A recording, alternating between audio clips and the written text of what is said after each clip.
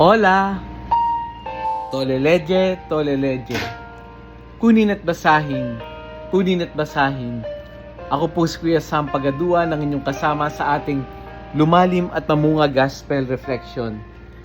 Ngayon ay February 14, 2026. Ang mabuting balita ng Panginoon ayon kay San Marcos, chapter 8, verse 1 to 10. Nung mga araw na iyon, muling nagkatipon ng mga tao.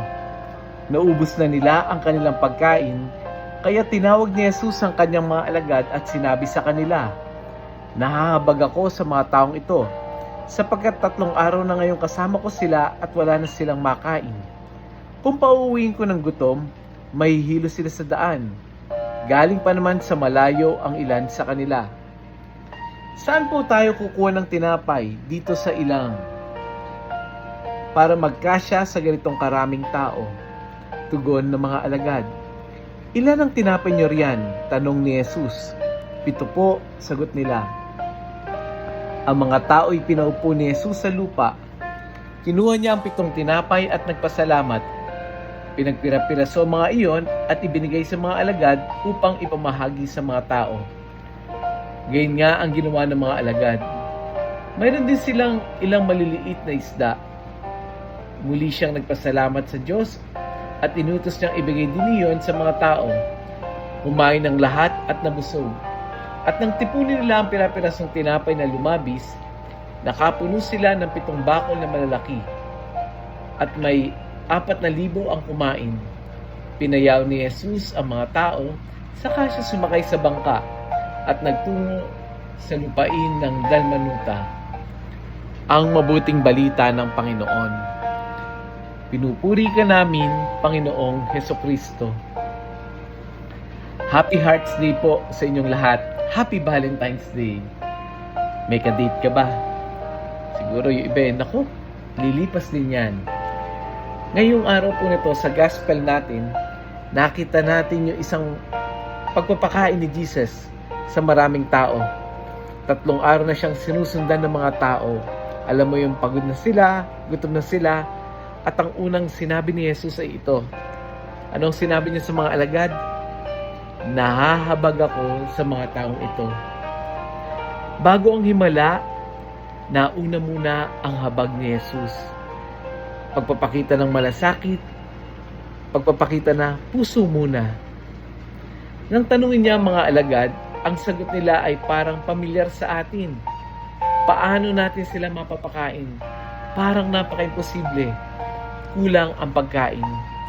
7 tinapay lang ang meron sila, pero kinuha ni Jesus ang maliit na iyon, nagpasalamat, pinagpira-piraso at pinamigay. At ang resulta, nabusog ang lahat at may sumobra pa. Yung gospel natin ngayong araw na to ay tinuturuan tayo ng 3 bagay. Una, ang himala ay nagsisimula sa habag ni Jesus. Pangalawa, hindi naman hinihingi ng Diyos yung marami, kundi kung ano lang yung available sa atin. At pangatlo, pinapakita sa atin ang gospel na kapag inilagay natin sa kamay ni Jesus, kahit yan ay kulang, ito ay nagiging sapat. Ngayong Valentine's Day, madalas iniisip natin na ang pag-ibig ay nasa malaking bagay. Kailangan ito ay bonggang-bongga, en grande. Kailangan i-express ko ito sa pamamagitan ng mamahaling regalo. Itong Valentine sa iba, tinuturing lahat ito ng perfect moment. Pero alam mo, sa gospel ngayon, ano yung pinapakita ni Jesus? Yung tunay na pag-ibig, yun yung nagmamalasakit. Si Jesus ay hindi nagbigay ng bulaklak, pero nagbigay siya ng pagkain sa nagugutom. Hindi ang grande ang simula. Titingnan mo, 7 tinapay lang ang pinagsimulan. Sa buhay natin, minsan ganito rin tayo. Pakiramdam mo rin siguro ay kulang ka.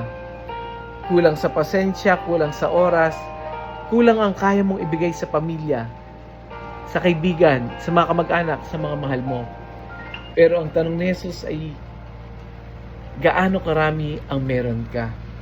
Hindi yun yung tinatanong niya, kundi ang tinatanong ni Jesus, ano yung meron ka na kaya mong ibahagi? Hindi naman hinihingi lahat ni Jesus. Ang hinihingi lang niya, yung kaya mong ibahagi. Sa tunay na pag-ibig, hindi yung dami ang mahalaga, kundi yung puso na handang magbahagi. Let us pray. Lord, salamat sa iyong habag at pagmamahal. Kapag pakiramdam namin na ikulang kami, paalalahanan mo kami na sapat na ang anumang mayroon kami kapag inalay namin sa iyo. Turuan mo kaming magmahal hindi lang sa salita, kundi sa simpleng pagbabahagi at malasakit. Ngayong panahon ng pag-ibig, ngayong Hearts Day, gawin mo kaming daluyan ng iyong pagmamahal. Amen. Friends, share natin ang gospel nito sa ating mga kapamilya, sa ating mga kamag-anak, sa mga GC natin, sa ating mga classmates. Malay mo, ito na yung Valentine's message na hinihintay ng pagpapasahan mo. Muli, ako po si Kuya Sam Pagaduan, nag-aanyaya. Halina, tayo ay lumalim at mamunga. Lumalim sa pananampalataya at mamunga na mabubuting gawa. God bless us all.